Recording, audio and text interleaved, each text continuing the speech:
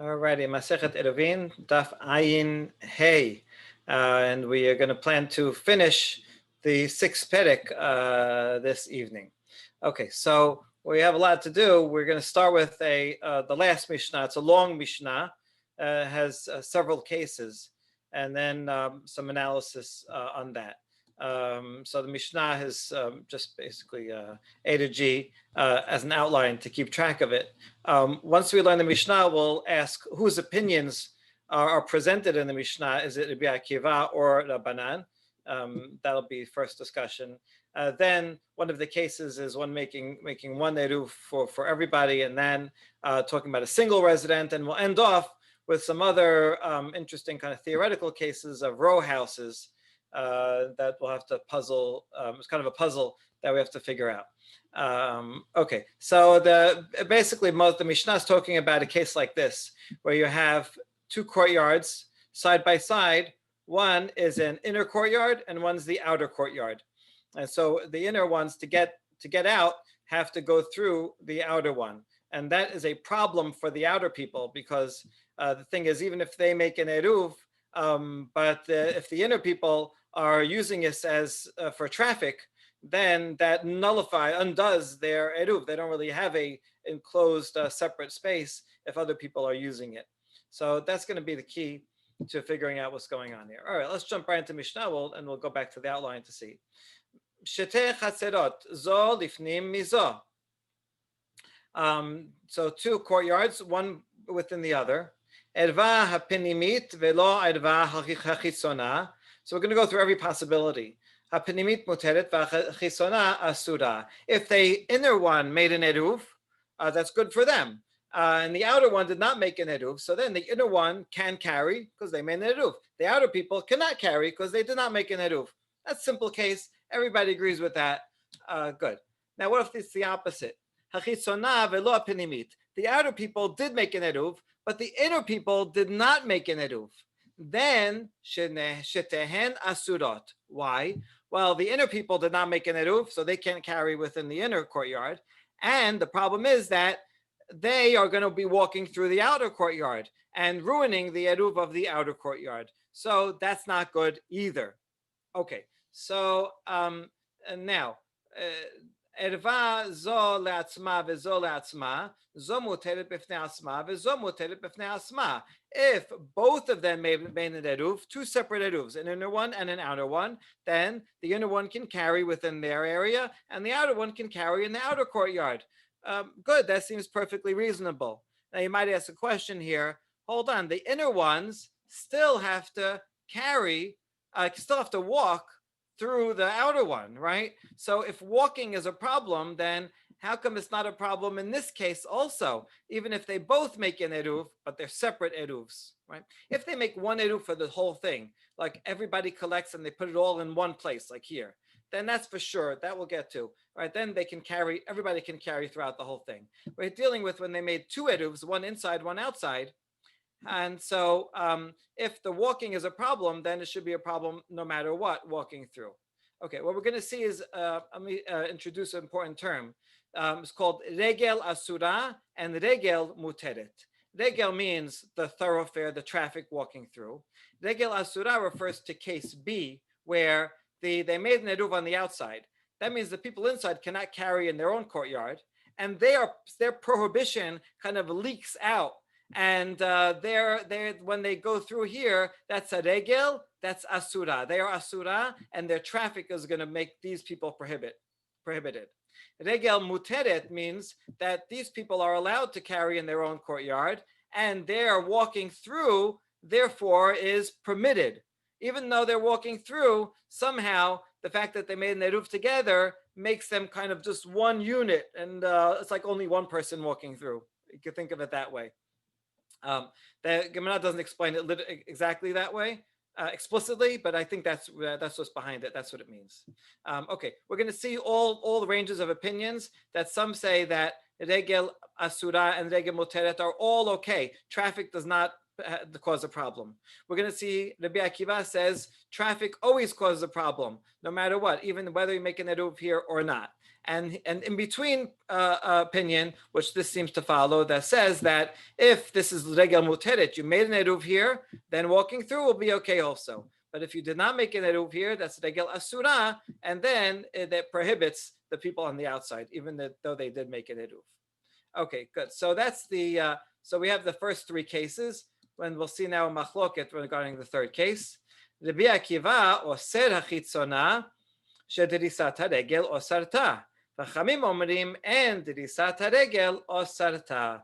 So in this last case that we just said, where they make an eruv both inside and outside, Rabbi Akiva says the outside is still prohibited because the traffic of the people from inside makes them, right, causes them a problem. So for Rabbi Akiva, the people on the outside can never carry, as long as, even if you make two both eruvim, until you make it all one eruv, they cannot carry. Chachamim, however, say dirisat haregel and dirisat haregel osarta, as long as the people inside made an eruv and the people outside made an eruv, then the inside traffic does not nullify. Only in the second case where the people inside did not make an eruv, that's regel asura, and then that would be a problem. Okay, shachach echad min hachisona velo arev, hapinimit muteret v'hachisona asura. So this is basically a variation of cases number 1 and number 2. If they made an eruv both inside and a separate eruv outside, but one of the people outside forgot to contribute, now that's a big problem, right? If even one person for that gets to contribute, then the eruv is not valid because they're not all sharing the courtyard. And so in that case, the people inside, they made a good eruv, everybody contributed, so they can carry. But the people outside did not make a good eruv, so they cannot carry. All right, that's a simple case like the first one. If the other way around, mina penimit velo erev sheten asurot. If they both made an eruv, both the inside and the outside, but someone from the inside forgot to contribute a piece of bread, so then that means the inside one is not valid. And once the inside one is not valid, then the outside one also is not going to be valid because of regel asura, because they're going to be carrying out.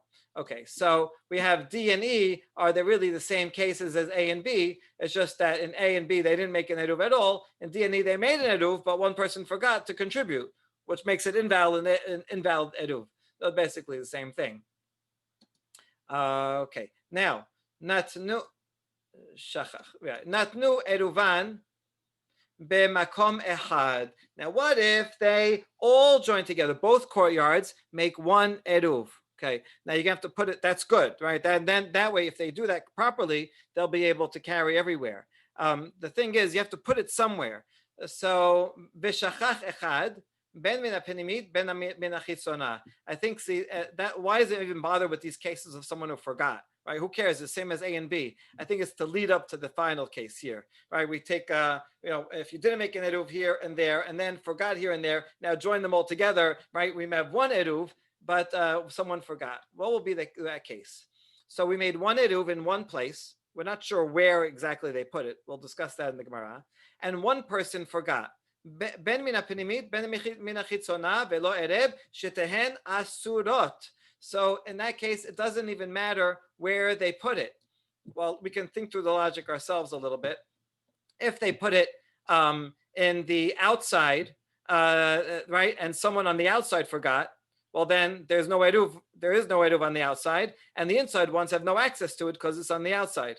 And the other way around would be the same thing, and so on. So you can see, right, the various permutations. We'll do it in more detail. But that is a problem, it seems, no matter what. There may be one exception that we'll see.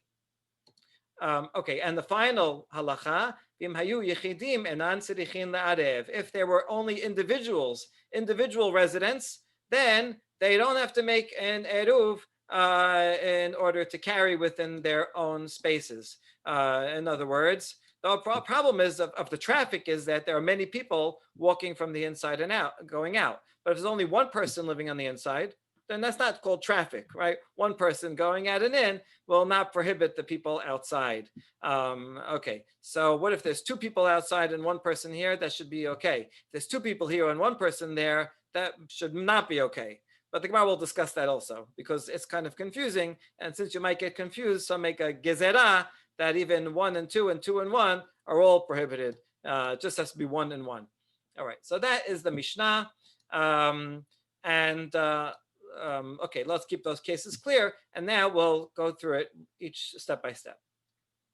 Ki ata Rav Dimi amar Rabbi Yanai. Rabbi Yanai is an Amora in Eretz Yisrael, and so he had two students, Rav Dimi and Rabin. Both of them were called Nechuta'eh. They would travel from Eretz Yisrael to Bavel and bring the traditions. And sometimes when they come, they bring slightly different versions of the traditions from Eretz Yisrael. And the Bavli quotes them. So that's what we're going to have here.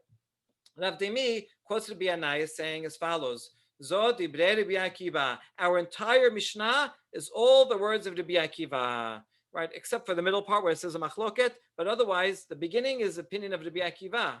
De'amar afiru regel hamuteret bimkoma, oseret shelo bimkoma. He is of the opinion, he's the most stringent opinion that says traffic from anywhere makes the outside, traffic from the inside makes the outside prohibited. And it doesn't matter whether the people in the inside courtyard can carry or can't carry, right? Regel, even regel hamuteret is oseret shelo bimkoma. That traffic prohibits the outside courtyard. Aval chachamim omerim keshem sheregel muteret hamuteret ena oseret kach regel hasura ena oseret. The sages disagree, and they take a middle position, and they say that regel hamuteret, if the inside people made an eruv and they can carry, they are muteret, their traffic does not prohibit the people in the outside courtyard. But if the people inside don't make an eruv, and that's regel asura, then sorry, take that back. Okay, according to Rav Dimi, Hachamim take the other extreme position, and they say regel is never a problem. Traffic is never a problem. Whether the people inside made an eruv and they're okay, and zeged hamuteret, kach regel hasura now said it. So too, even if they did not make an eruv and the people inside cannot carry within their own, their traffic is still okay for the outside, which would mean that if they made an eruv on the outside but not on the inside, it would be okay. Okay, that is what Rabbi Yanai said according to Rav Dimi. Now let's test this out in our Mishnah. The whole Mishnah is Rabbi Akiva now. Let's see. Tenan, erva chitzona velo penimit shetehen asurot. The second case, when you made an eruv in the outside but not the inside, neither of them can carry. Mani, who's the author? Ilem Rabbi Akiva, mar iria regel asura, afilu regel muteret nameh. Now Rabbi Akiva would agree with that law that the outside is no good. You made it you made an eruv only on the outside, not the inside. Rabbi Akiva would agree, but he wouldn't have to say it. If it says Rabbi Akiva, he should have said that any regel is asura, even regel muteret, right? From the language of the Mishnah, since the Mishnah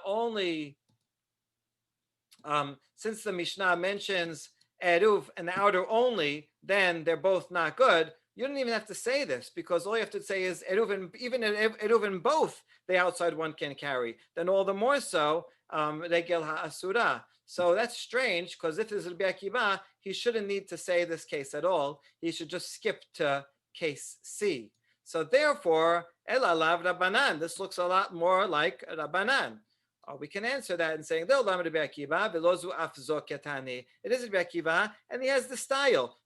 This case, and not only this case, even that case. So he's going step by step. The most obvious case, a less obvious case, and you're right. And even if they make it in both, that would also be prohibited. But this can follow Rabbi Akiva. So far, so good. He agrees with all the conclusions.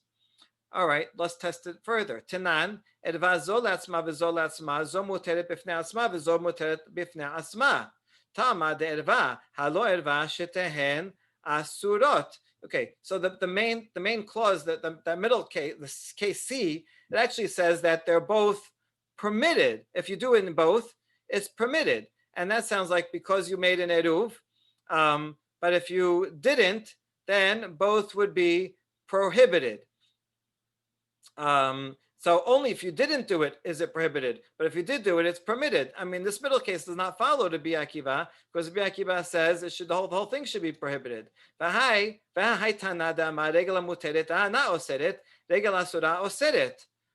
Maniha, So, right, this case here is assuming that regel hamuteret, if you made an Eruvin both, it's okay. And that's not what Rabbi Akiva says. So who says this? Ilem Rabbi Akiva hi afilu regel muteret nameh. Even regel muteret should be prohibited. Even if you made an Eruv in both cases, should be prohibited. And this says it's allowed. Ela lav rabbanan hi. So rather, this must be rabbanan, and therefore it must be rabbanan permit in regel hamuteret, but prohibit in regel asura.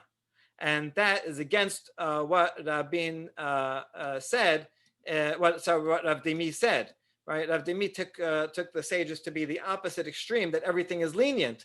But if they're saying, right, all these cases, A, B, and C, right, this says regel asura, and this one also presumes that only if they're both okay, regel muteret is okay, but regel asura is not okay. So C also seems to think that it's not Rabbi Akiva, but rather that Rabbanan say a middle position. Ela lav Rabbanan hi ve'od midisefa Rabbi Akiva de'esha lav Rabbi Akiva. And furthermore, within the Mishnah, I mean, this is almost too obvious to even point out. Within the Mishnah, it quotes an opinion that says allowed, and then says, but Rabbi Akiva says no. That sounds like Rabbi Akiva is arguing with someone, with the Rabbanan. Not that he is that opinion. So really, it's impossible to read this series of Mishnayot as all Rabbi Akiva. It just doesn't fit. Okay, so we have to do some fancy footwork here to make it fit. As follows. So Kula Rabbi Akiva. You know what? It is in fact all the opinion of Rabbi Akiva. We have to add in a few words to make it clear.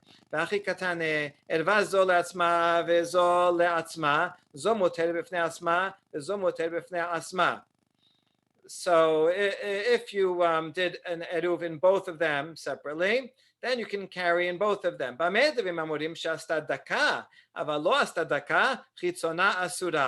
that true? Only when you make a little fence. Have a picture here, right? You make some kind of low fence, a daka. We saw that term a few dapim ago. When you make a little fence, then that separates the traffic and makes sure that the inner people are not going to come out, right? It closes them off. In that case, the people inside can carry and the people outside can carry. That's the words of Rabbi Akiva. All right, now this is a big change. You just introduced a whole new architecture here. You added a wall, right? So you changed the parameters. Okay, but that's what we have to do if we want the whole thing to really be Rabbi Akiva. So when is that true? Only if you put a daka. Because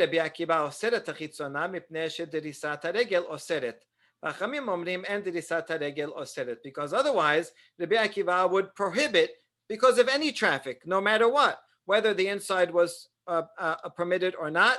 Regel asura and regel muteret are both not allowed. And then Chachamim come and argue and say, no, and dirisata regel oseret. In any case, traffic is always okay. Traffic never causes a problem. Okay, so we still are hanging on by a thread and are able to hold on to this opinion that the whole thing is Rabbi Akiva. But we have two more questions that are gonna just reject it altogether.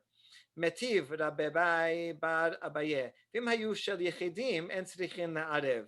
Hashel rabim tzrichin la'arev. The last line of the Mishnah said, if it's single residence, if one person lives in the outer and one person lives in the inner, then they don't have to make an eruv, right? They can just carry.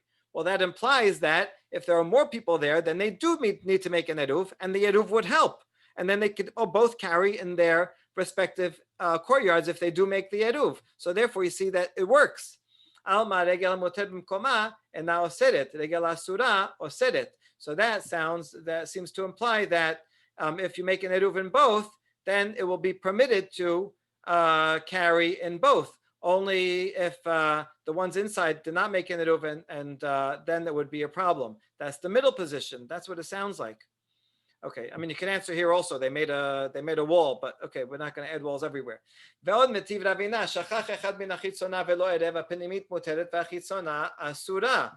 furthermore, from the clause in the Mishnah regarding for the forgetware ones, right? D and E, that also implies against Rabbi Akiva. Shachach echem pinimin larev shenasuro tama de shachach The only reason why it's not okay in these cases is because one of them forgot.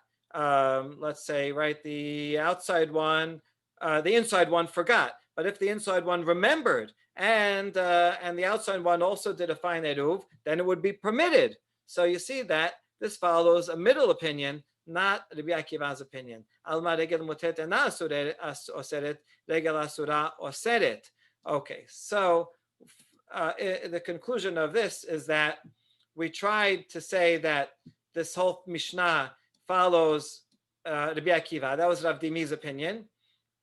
And according to Rav Dimi, there's only two opinions. Rabbi Akiva said all traffic is a problem, and according to Rabbanan, all traffic is okay, does not cause a problem, and it doesn't matter for either one whether you made an eruv in the inner courtyard or not. But we saw that logically that makes sense, because if traffic is a problem, it should be a problem no matter what. If it's not a problem, it's okay no matter what. So I can understand why Rav Dimi is trying to say this, but it does not fit the words of the Mishnah. So luckily, Rabin came from Eretz Yisrael, and he is going to teach us that there are actually three opinions, and then we can read. And Mishnah is the middle part is Rabbi Akiva that actually quotes him, but most of it is not Rabbi Akiva, but rather there's Tanakama who has that middle opinion that says regel materet is okay, regel asura is not okay, and that explains all the cases.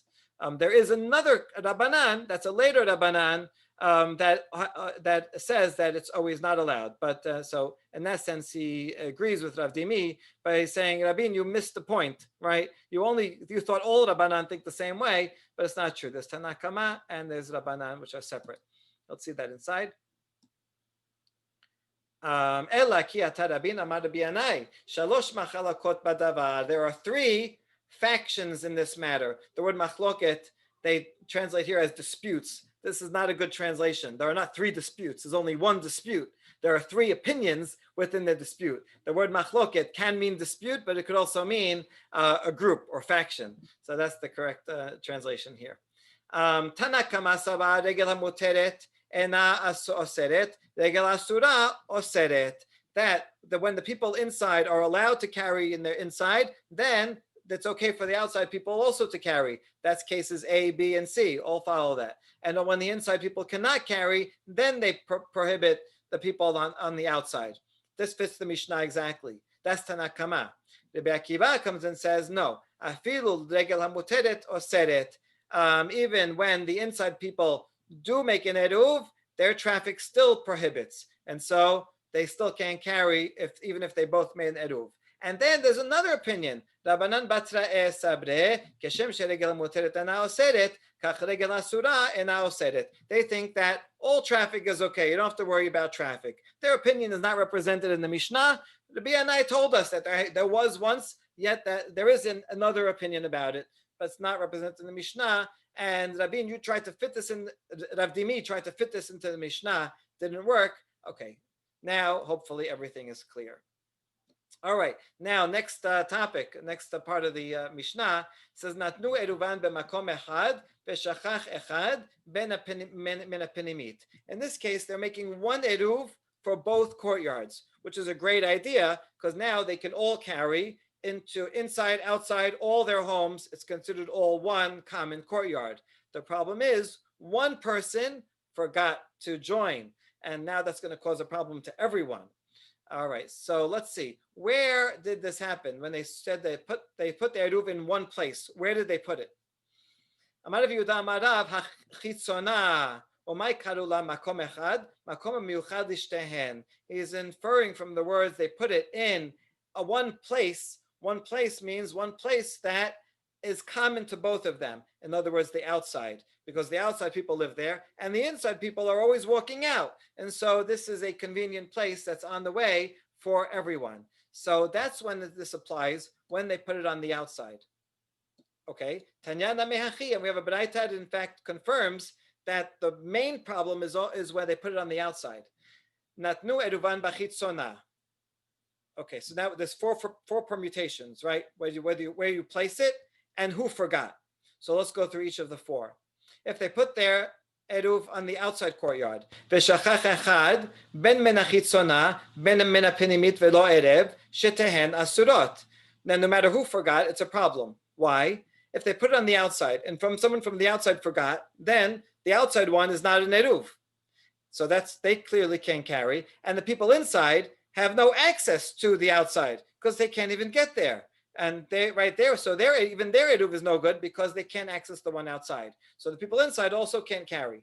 Okay. Now, if the person on the inside forgot his eruv, then that's also a problem because the one on the inside forgot his eruv, so the inside one has no eruv. And now the traffic from the people inside walking through outside are going to make the outside one also prohibited. And so that's why if you place it on the outside, then it's never going to be good no matter who forgot. What about the other case? Natnu Eruvin b'pinimit, where they all gather together the bread and they place it in the inside courtyard. If someone from the inside forgot, then no one's allowed. That makes sense because since someone from the inside forgot, there is no good eruv in the inside, and since the people on the inside can't carry, that is regel asura, and they prohibit their traffic prohibits the people outside. Also, besides that, the people outside have no access to inside because it's not in their spot. So this is a very bad situation. Minachitzona velo erev. In this case, we have a machloket. They placed it on the inside, but it's only someone from the outside that forgot to contribute. So that means on the inside, they should be okay, right? Because on the inside, everyone contributed and their eruv is there with them. So in this case, שתיהן אסורות דברי רבי עקיבא, החכמים אומרים בזו פנימית מותרת וחיצונה אסורה. In this case, Rabbi Akiva says still both are prohibited. We'll have to figure out why. And Chachamim say, in this case, the people inside can carry. All right, so let's see. There's a long discussion on this, a back and forth between these two opinions. Let's figure out why. Amar le Rabba bar Hanan le Abaye. My shenal Rabbanan damre penimit muteret mishum da'achda dasha mishtamesha. Why, according to Rabbanan, is this okay when and you say the inside can carry when they placed it in the inside, and for someone from outside forgot? After all, the outside people are part of the inside, and now they're going to come carry inside, and they're going to prohibit them. So the answer is, he says, they put this dasha, they put this little temporary wall, and that way the inside people said, stay out, you guys, right? We don't want you here. We made an eruv. I know you tried to join our eruv, but you messed up, and therefore we're kicking you out. We're putting this little bridge here, this little gate here, so that you can't come in. Okay, so if that's their reason, then Rabbi Akiva nameh techad dasha u'tshamesh. So Rabbi Akiva should also agree that if they put there that little door, then they would be able to do it. It's not necessarily that they actually put it. The fact that they can put it, right? They can say, you guys are out. We don't want you with us. So Rabbi Akiva could say the same logic, that the inside people can kick out the outside people. So Rabbi Akiva says, no, he can't do that. Amale eruv margila. Since you made an eruv with them or attempted to make an eruv with them, they're going to be accustomed to walking in. The outside people are going to say, oh, we made an eruv, we're going to come in. And they're not going to know to keep out. So that's why it's a problem. Now, how about Rabbanan? Nameh eruv margila. Now, so according to Rabbanan also, you didn't actually make a wall here. You're just saying, we are keeping to ourselves. We don't want anybody here. But aren't they going to come in? No, the inside people could stand at the door and say, we invited you to make an eruv with us to help us so that we can go in and out of all of your houses. But now that you messed up and one of you forgot, now you're ruining it for everyone. Well, we didn't appoint you as agents to come and join us to ruin what we have. Rather, therefore, you are not our agents anymore. We don't give you a right to come into our property. You guys are out. So that's Rabbanan. They are willing to kick the outside people out and keep to themselves. They have their eruv. They all contributed, and they can disengage with the outside people. All right, now back to the Rabbi Akiva. Why? Because why doesn't the Rabbi Akiva agree with the same logic?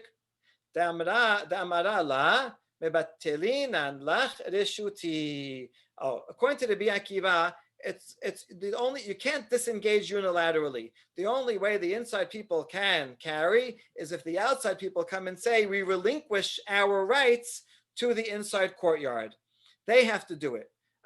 Because since bitul is a concept and you could do bitul, we then therefore the inside people cannot withdraw themselves without the outside people giving them permission. That's what Rabbi Akiva says. Now, how about Rabbanan? Why don't they agree with that logic? No, they say en bitul reshut mechaser lechaser. They say if you can't carry in your own, the outside people don't have a right to relinquish the inside. That was a rule we saw come up before. Okay, so the bottom line of this discussion is that if you made one eruv for all and you put the one eruv in the inner courtyard and someone from the outer forgot, there's a machloket. According to Rabbanan, it's okay. The people on the inside can't carry because they can unilaterally withdraw from the eruv, right? From the outside. We don't care about you guys. You stay out. You're just causing a mess. And because they can do that, so then they can carry. Rabbi Akiva, however, says, no, you can't withdraw unilaterally because you can and therefore need to wait till the outside renounces, and only then can you do it.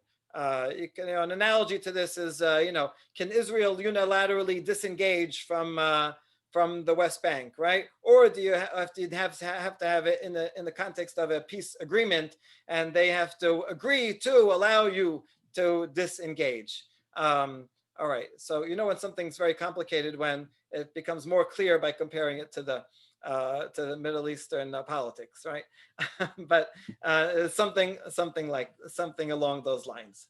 Okay, so we're not done with this yet because we mentioned en bitul reshut mechaser lechaser, that if we're all in one courtyard, I can relinquish my rights to this courtyard that we share, but I'm not allowed, according to Shmuel, to relinquish my rights to a courtyard that I'm not currently in.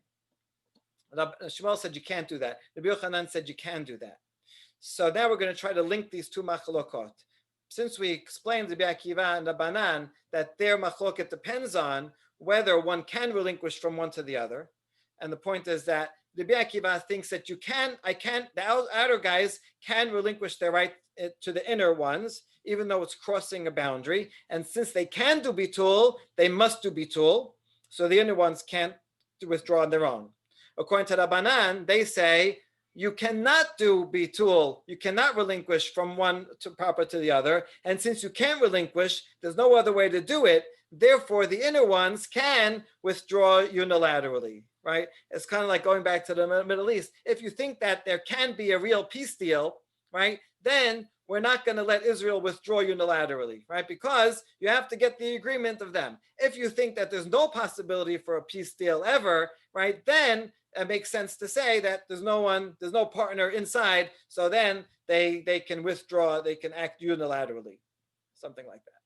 Okay, so let's try to link them together. Lema Shmuel v'Rabbi Yochanan bepelukta d'Rabbanan v'Rabbi Akiva kamipalge. So can we link together these two arguments of Tanaim and these of Amoraim? The Shmuel amar ke'Rabbanan, both of them say that you cannot withdraw from one courtyard to another. And Rabbi Yochanan amar ke'Rabbi Akiva, and they say that you can withdraw from one to another. So we're going to try this out. We're going to say it does not work. Because in fact, Shmuel can explain his own opinion according to both Tanaim, and Rabbi Yochanan can hold his opinion according to both Tanaim. How so? Amalach Shmuel ana da'amre afilu l'Rabbi Akiva. I actually could agree that in most cases you cannot withdraw from one courtyard to another. You cannot. But I agree that in this case with Rabbi Akiva that you can. Why? Ad kan lo kama Rabbi Akiva hacha ela b'shtei chatzerot zod lifnei mizod asrana hadadeh. This case is where there's an inner courtyard and an outer courtyard, and the inner guys cannot carry unless the outer ones allow them to by relinquishing. So they need to. So there's a very big need to do bitul across courtyards. Then I would agree it's fine. But I was talking about a case originally of two courtyards side by side. they're side by side, they're both open to the Shut Rabim. Therefore, they can each carry in their own courtyard, and now you just want to be able to carry to the other courtyard. He says, no, I'm not going to let you do bitul across courtyards just for that convenience. So, but I agree with that in the case of Rabbi Akiva, where you can't carry at all, then I allow you to do bitul. Okay, good. And the Rabbi Yochanan also, he could explain both Tanaim. But Rabbi Yochanan, Ana de'amre afilu l'Rabbanan, ad kan lo ka'amre Rabbanan hacha, ela de'amara la ade ma bet ad me batelat li ka'asart alai, aval hatam mi ka'asart ala. In this case, the inner people, they say, we don't want to have to wait for you and depend on you to do bitul so that we can carry. It's not fair. We shouldn't depend on you. And therefore, in this case, the Rabbi Yochanan says, no need to do bitul. They can withdraw unilaterally. In other words, actually more lenient and says, since you're going to be prohibited from carrying altogether, therefore, I'm going to allow you to do even go a step beyond bitul and withdraw yourself without the other one relinquishing. When do I let you do bitul? When you could have carried otherwise, and so therefore you can't withdraw unilaterally. In that case, like in the case of side by side, there you can. And he says even Rabbanan could agree with me that in the case when you can carry, you can do bitul. Which both can carry, they can both be bitul. And in this case, they're giving the extra step and say, don't do bitul, withdraw unilaterally. Okay, so the whole thing shifts more to be more lenient in both categories. All right, that concludes that complex discussion. And now it should be a little bit more smooth sailing. So we saw if there's one person that lives in the inner courtyard and one person that lives in the outer courtyard, then that's no problem. That's not called traffic. One person walking is not called traffic, and so the person inside can carry and the person outside can carry. Now, this Amar of Yosef, Taneh Rabbi, Hayu Shelosha Asurin. Rav Yosef in Amorah is quoting a baraita in the name of Rabbi, that's Rabbi Yehuda Nasi, that says if there's 3 people in both courtyards all together, then it's no good. No matter what, whether it's 2 people and 1 or 1 person and 2, it's prohibited either way. Okay, that's a little strange because why? If there's only 1 person living in the inner, then that should not be called traffic. So, but that's what he says. 3 is no good. Amar lehu Rabbevai, la tesayetu le. Ana amrita nihale, umishemed Ravada barahava amrita nihala. This is very interesting. Rabbi says, don't listen to what Rav Yosef just said. That is not a baraita. Rabbi Yehuda Nasi did not teach him that. I taught him that. This is like, when you send out a comment and then and then it goes around and someone says it back to you. Says, I'm the one that made up that comment. Right? So I taught you that. And it's not a baraita. It's not from Rabbi Yehuda Nasi. It's actually in the name of Rav Ada. What did we say? Since when we say multiple people are a problem and multiple people on the outside would be okay, but it's confused because if you have 2 in the outside and 1 in the inside, and that's allowed, then people are going to say, wait, 2 and 1? Wait, so if there's 2 in the one and the outside and 1 in the outside, it should also be okay. Right? I mean, we're like studying this and we're already confused. So all the more so people that are just passing by are going to say, oh, there's 2 and 1 and they're allowed to carry. And they're not going to distinguish between only if it's 2 on the outside and 1 on the inside, but not the other way around. Therefore, we make a gezerah and say 3 is too many, no matter where they are. Okay, and so he corrected him. Amar Rav Yosef, Mare de Abraham, Rabim berebi achlifli. Rav Yosef says, oh, I can't believe I made such a mistake. My mistake was I misinterpreted the word Rabim to be berebi. So the original statement said Rabim, right? As long as there's Rabim, it's not allowed. And he memorized it. And he heard, like game of telephone, and he heard Rabim as berebi. So he thought it meant in the name of Rabbi, they said 3 people are not allowed. But the Rabbi didn't teach it. It's just that Abim is not allowed. It's not a Tanaitic source. It's not a Baraita. It's an Amoraic teaching. Okay, this is very, very important methodologically because this is a lot of times when we see a Baraita and we're suspicious, is this actual Baraita or an Amoraic statement? What happens a lot in Shas is an Amorah will say something, and then we'll say, Tanyan Namehachi. Oh, we also have a Baraita, and it says the exact same words. What does it mean, exact same words? Same words that Tana happened to say, and Baraita also happened to say, a Tanaitic source. And so a lot of these cases, we wonder, is this what I call fake news Baraita, right? Something that is transmitted as a Baraita, but if you go and look up the source, you see it's actually the statement of an Amorah, but because it's quoted as a authoritative halacha, sometimes it's repeated as if it's a Baraita, even though it's actually not. So this is like a theory. Is there such cases? This is a very important source because here the Talmud amazingly admits explicitly that such things can happen. Hopefully rarely. In this case, we can tell exactly why. Okay, now that is all one opinion. Shmuel says, no, we don't make this gezerah. It's fine. The only problem is if you have two on the inside and one on the outside, then you have multiple people. That's called traffic. But the other way around, you don't have to worry about it. Good. Now, okay, yet another case. What about a non-Jew? One person, but he's not Jewish. If you have one person on the inside courtyard, but he's not Jewish, he is going to prohibit the people, his traffic, even though he's only one guy, is going to prohibit. He's like Rabim. Okay, why? Maishana Yisrael de lo asad, deman de yada yada, uman de lo yada sabar eruve erev. Because if it's a Jewish person and someone who knows there's only one person there will know, oh, there's only one person there. Someone who doesn't know how many people are there, he thinks there's 2 or 3 or 4, he'll assume that they made an eruv. And that's why they're walking in and out, because I know that guy lives on the inside and he's walking in and out. I'll assume that he made an eruv with the other people living there. So you're not going to come to make a mistake. But a goy cannot join an eruv. So if I know a non-Jew lives there, then I have to consider that like Rabim. Now we ask, someone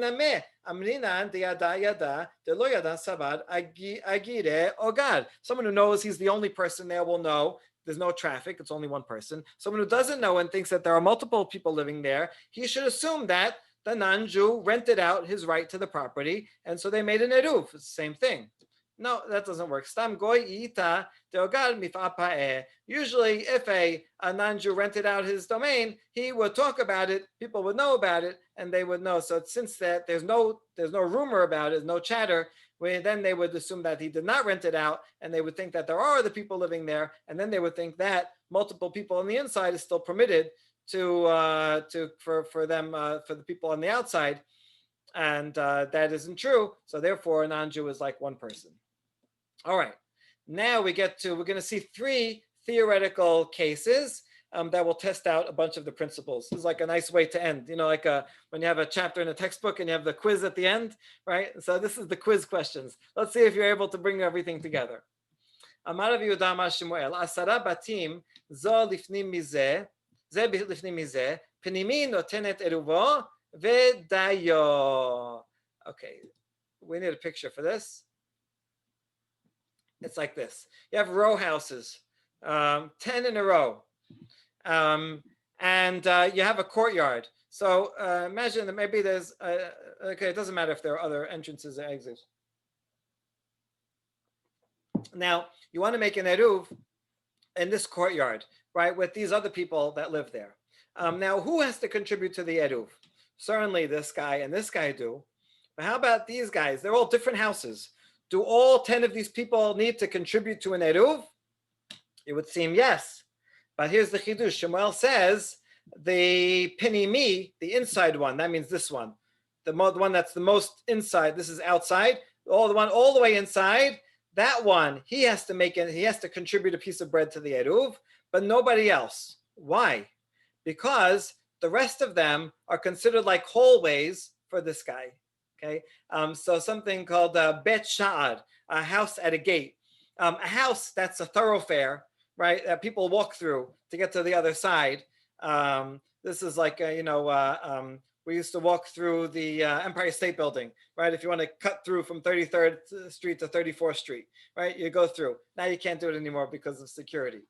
So that, therefore, that is not considered its own home. It's considered a hallway. So one person who lives here takes a piece of bread. He walks all the way through all these hallways, and he gets here and puts it in this guy's house. And this guy contributes, and that's all you need. Even though these are separate families, since they're considered like hallways for the last guy, they don't have to contribute.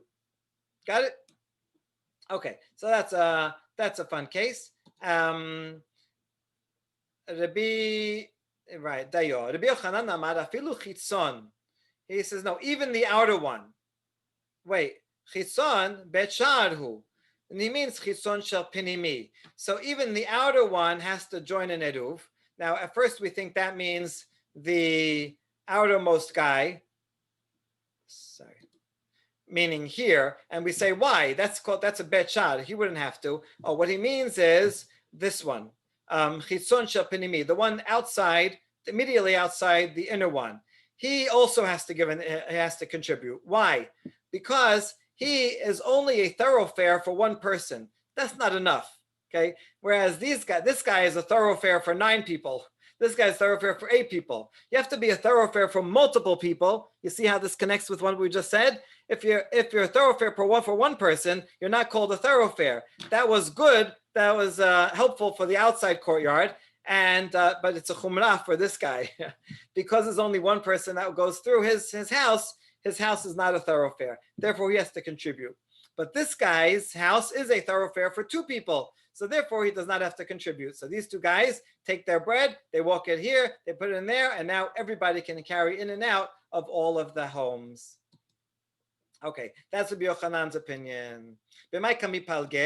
What's the difference between Shemuel and Rabbi Yochanan? Mor savar bet shar diachid shemei bet shar, mor savar la shemei bet shar. One thinks that a gatehouse for one person is still considered a gatehouse. That's Shemuel. Or mor savar, no, it's not. If it's for one person, it's not considered a gatehouse. It has to be for 2 people. Okay, good. So that solves that question. Now, the second to last theoretical. What about if it's only 3 houses?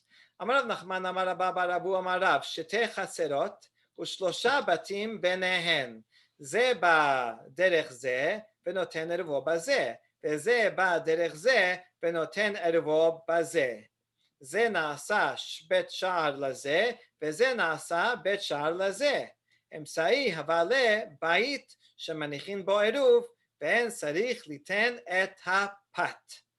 Okay. Let's see this case. We have a better picture here. Okay, now you have not 10, but 3 row houses, and you have an open courtyard on this side and on this side. These 3 houses are row houses. They're all connected from inside.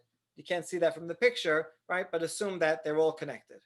Now, this house and his courtyard wants to make one eruv together with all 3 houses and this guy and his courtyard. Okay, so what's the easiest way to make an eruv, right? Where are they going to, what's the fewest number of people that need to actually contribute bread in order to make that? Okay, so the simplest would be everybody contributes and they all put it in one place, no matter where it is. Okay, but we want to get to the minimum. And the minimum we see is actually 2. How? How can you do that? This guy will take a piece of bread and he is going to deposit it in the middle house. And this guy will also deposit it in the middle house, and that's all you need. What's the logic? Okay, well, we have a principle that wherever the bread is placed, that guy doesn't have to contribute because it's in his own house. Good, so that takes care of the middle guy. Now, this house is a bet shad, is a thoroughfare for him because he's walking through to put it there. Someone whose house is a thoroughfare doesn't have to contribute.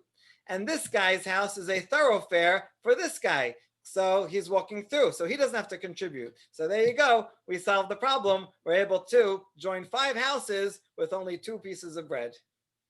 All right, that's fun. And now the last case. Badik lehu rahaba lerabanan. This was an actual test. Okay, this is a real test. Rachaba tested the rabbis to see if they could figure this one out. What if it's not 3 but only 2? You think 2 would be better, right? Less houses, only 4 houses altogether. Two in the row. Ushne batim benehen. 2 courtyards and 2 houses. Ze ba derech ze v'natan eruvo bazeh. V'ze ba derech ze v'natan eruvo bazeh. Kanu eruv o lo. I don't have a picture for this, but make believe the middle one doesn't exist. So this guy walks through and puts it in here. And this guy walks through and puts it in there. So should that work or not? Anybody want to venture a guess? I'm going to say yes, but from your answer before, I'm guessing it's no. Okay, good. He's testing them, right? He's that's why it's such a good test, because you think only 2 should be okay. The answer is no. So mi mashvet lehu legabe dehai bayit ulegabe dehai bayit bet shad ulegabe dehai bet shad ulegabe dehai bayit. So when you pass through, you're considering this a gate, but you cannot deposit an eruv in a gatehouse. Eruv has to be deposited in a real house. And so what are you going to say? If they're considering both gatehouses, so I pass through this, I put it in here, but that's a gatehouse for this guy. And I pass through here, this is a gatehouse. I didn't put my eruv anywhere. I put my eruv, it's like putting it outside. No good. So what are you going to consider them both houses? Well, if you consider them both houses, well, then I have, this is a house and this is a house, but they didn't contribute themselves. So if they're a house, then they have to contribute, right? So therefore we have a problem. Okay, so that's what we're going to say here. Na amru le shenehen lo kanu eruv. Neither has one. Manafshach. I bet shad mashvet le hanotenet eruv be bet shad ach sadra merpeset enu eruv. If you consider it a gatehouse, we learned that anyone who places an eruv in a gatehouse, porch, or balcony, no good. It has to be in a house. In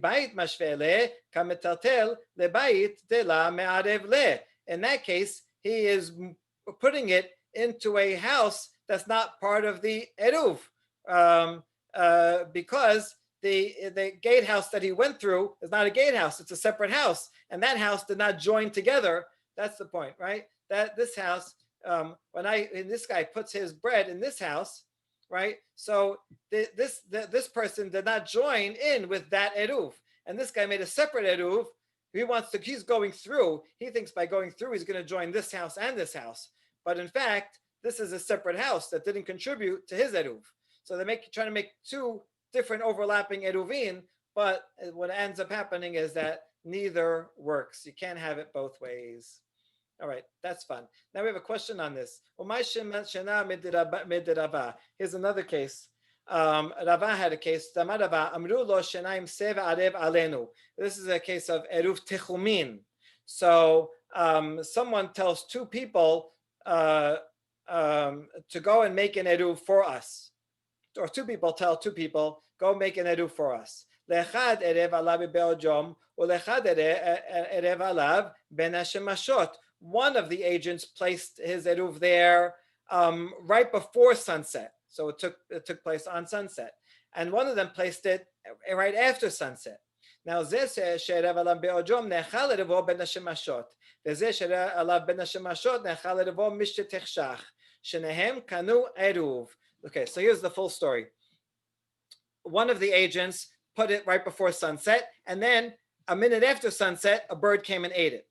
Okay, so according to that, it would be good if you consider nightfall to be right at the beginning of sunset, because it was there at that time. The other one didn't get a chance. He placed it there during Ben Hashemashot, after sunset, and then it was eaten after it got dark. And that's also good, because maybe it's still safek yom, safek laila. It might have been day, and so we consider complete nightfall, and so it was there during Ben Hashemashot. Now, both of these are a safek case, because neither was there throughout the entire Ben Hashemashot. Each one was there for only half. One the first half Ben Hashemashot, one was only there the second half of Ben Hashemashot. In general, in the cases of eruv, we always are lenient in a safek, and so therefore we say you can be lenient, and both of these are good, even though they're self-contradictory. They can't both be right. This is like a double slit experiment, right? Either the electron went through that slit or that slit. It couldn't have been both, and yet it's both. Okay, so this one, both work. So why don't you say the same thing regarding the case of two row houses? Why don't you say that for this guy, it's a gatehouse and then a house, and for that guy, it's a house and then a gatehouse. And it could be both true at the same time because it's safek, and so the Rabbanan, and let it all be good, right? Even though it's a quantum paradox. Quantum paradoxes are allowed in Eruv. Hakri hashta, hold on, you think that's really the same? Hatam safek yamama safek leila la min kera milita. In the case of Rava, that is a safek. We're not sure, and it's not noticeable. Nobody knows, and it could be right. It could be both. It's an unknowable state. It's like the uncertainty principle applies here. Aval hacha I de legabe de hai bait legabe de hai bait I legabe de hai bet sha'ar legabe de hai name bet sha'ar. In the case of the two row houses, you can define it however you want, but you have to pick one. This is not like a natural unknown that nobody can have access to. It's it's not a permanent safek. It's your definition. If you want it to be a thoroughfare, then it has to be a thoroughfare for all. If you want it to be a house, then it has to be one house for all. You can't apply it two opposing definitions at the same time. And therefore, that case is in fact different. And so we end with some of these fantastic bringing together of lots of different opinions and principles into one. And you get a good sense of the enjoyment that the rabbis must have had memorizing and then bringing together all these different possibilities and testing each other out and coming out sharper on the other side. All right, so I hope we're all sharper for concluding this perek. Hadran alach ha